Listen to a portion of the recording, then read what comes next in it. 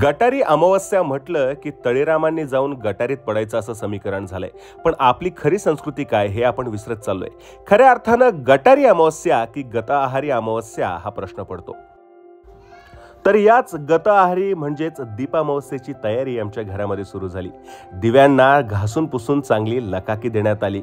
घरातील कुलदैवतांचे टाक पुजून त्यांची पूजा करण्यात आली. देव्हाऱ्यामध्ये दिसणारे हे टाक आणि हे गौरींचे मुखवटे आमच्या घरात पिढी जात आहेत. तसेच आमच्या घरात 12ही महिने गणपती बाप्पा यांचं वास्तव्य असतं.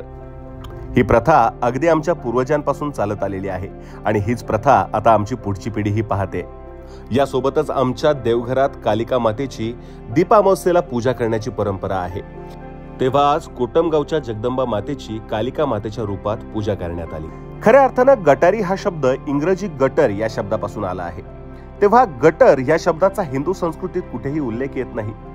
गत आहारी या शब्दाचा अपभ्रंश होऊन गटारी हा शब्द निर्माण झालाय. गत आहारी म्हणजे जो काही आपला गेलेला यापूर्वीचा आहार आहे तो कंटिन्यू करणे आणि आखाड संपवणे असा त्याचा अर्थ होतो.